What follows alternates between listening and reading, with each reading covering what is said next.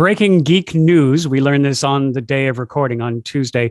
The New York Times has bought Wordle for low seven figures, and it will, quote unquote, initially remain free. Here's the thing. The New York Times has bought this successful, hugely virally successful thing because it's hugely virally successful. They're using this to get subscribers. Great tweet from someone named Kate Wagner, who runs McMansion Hell. I've never seen Twitter as immediately mad as it is right now about the New York Times Wordle buyout.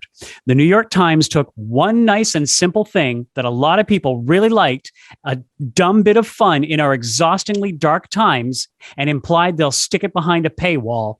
Exhausting. So get your Wordle over with and done now, because it will not remain free for ever. Now, the flip to that, the other side of that I keep seeing is good for this guy.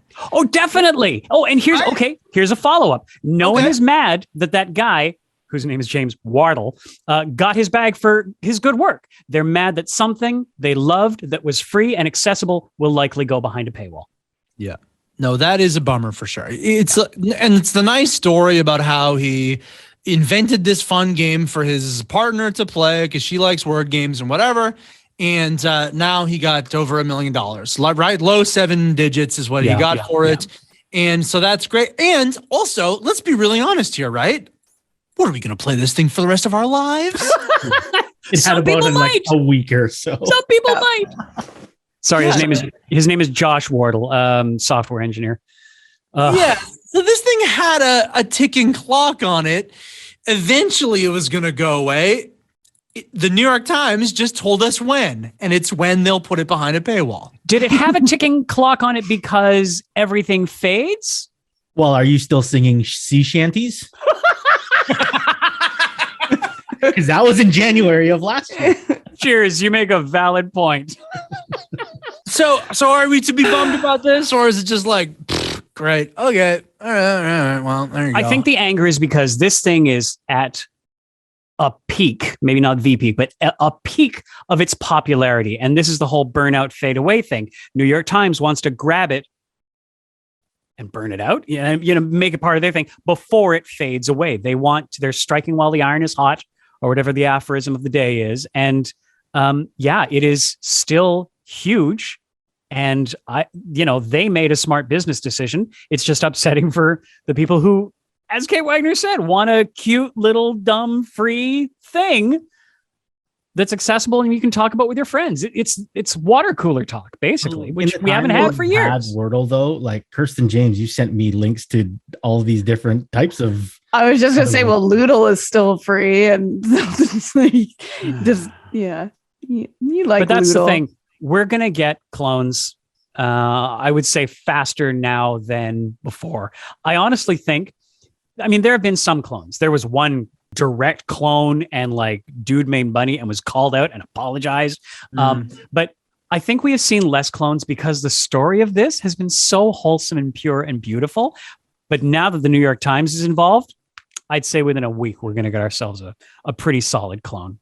Yeah, it's so weird though, like that everybody I feel like this entire time has been like, protect Josh Wardle, protect the sweet word man. He is so nice. Because in what world does Apple, like, do people put these apps on the Apple App Store, fake Wordle apps, and Apple is like, absolutely not, taking them down right away, like within 24 hours. That doesn't happen. It's like Apple was like, yes, sweet word man, please put him in a box and put him on your shelf. He's so adorable, and don't touch the sweet word man. But Apple wouldn't have done that if this thing wasn't as virally hugely popular as it was.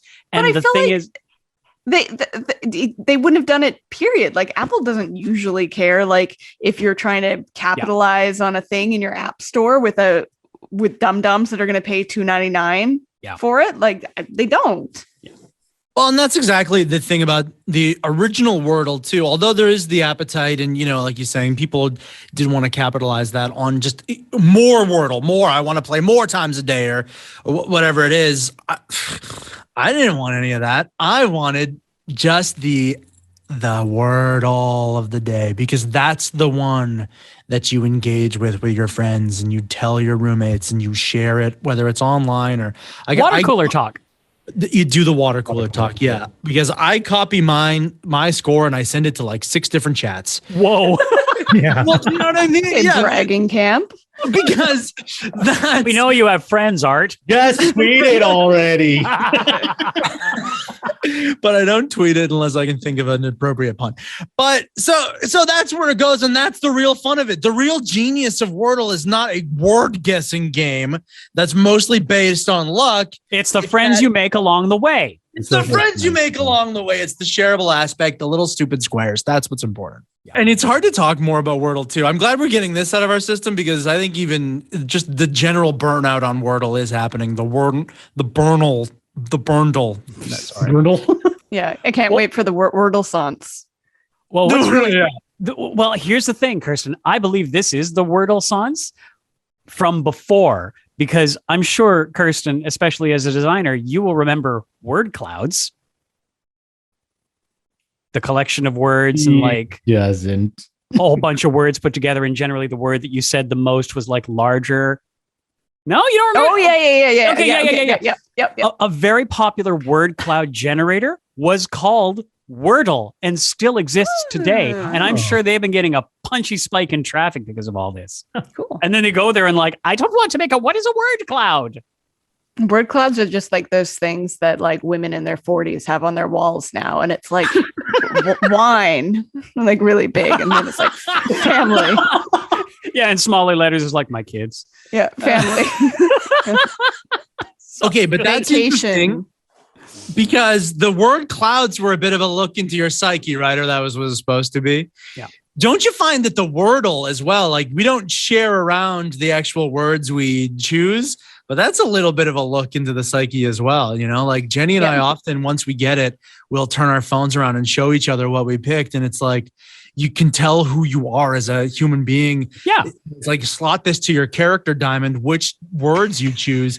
The other day I used funky and plums in one Wordle. And I was like, that's me, old funky plums. The Zone's Geek Out. Sometimes you know it's good to be a geek. The podcast.